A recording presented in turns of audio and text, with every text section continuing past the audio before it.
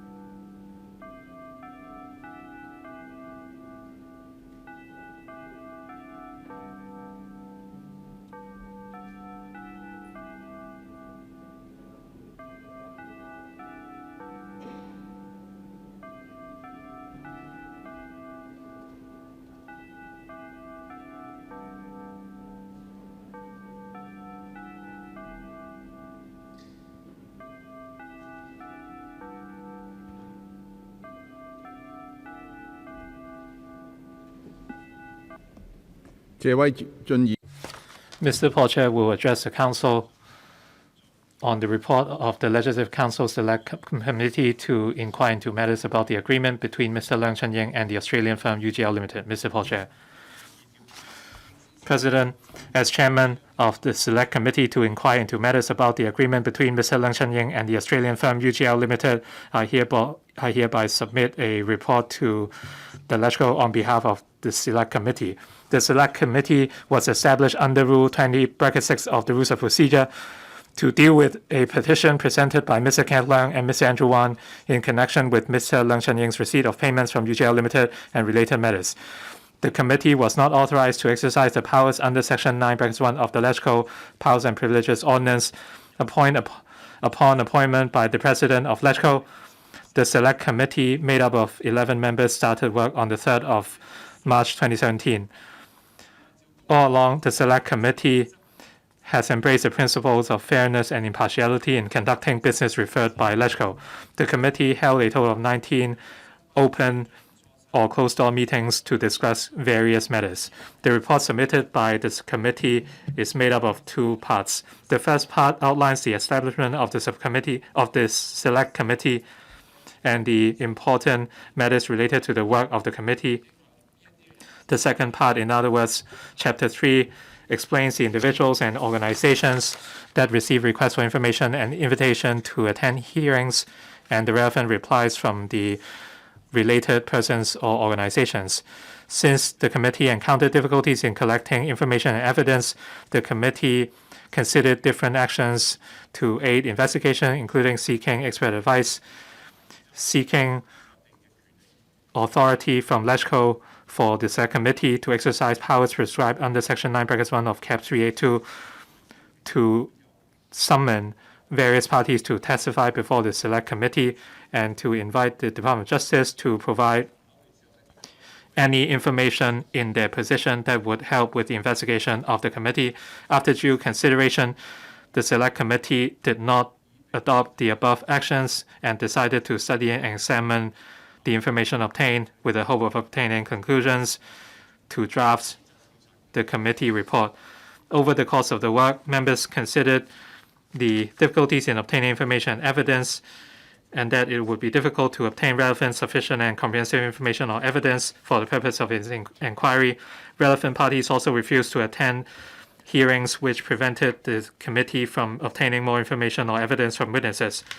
The Select Committee also noted that the information obtained was general in nature and that the relevant and useful information was limited, and as such, the Select Committee could not arrive at any substantiated findings, observations, and conclusions as regards to matters under inquiry in a fair and objective manner.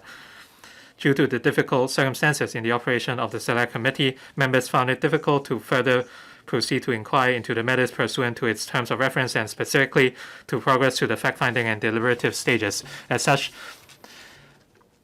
the Select Committee decided to draw its work to a close and report to the Council in accordance with Rule 78(4) of the Rules of Procedure, and so I speak. Mr. Kenneth Leung will address the Council on the Minority Report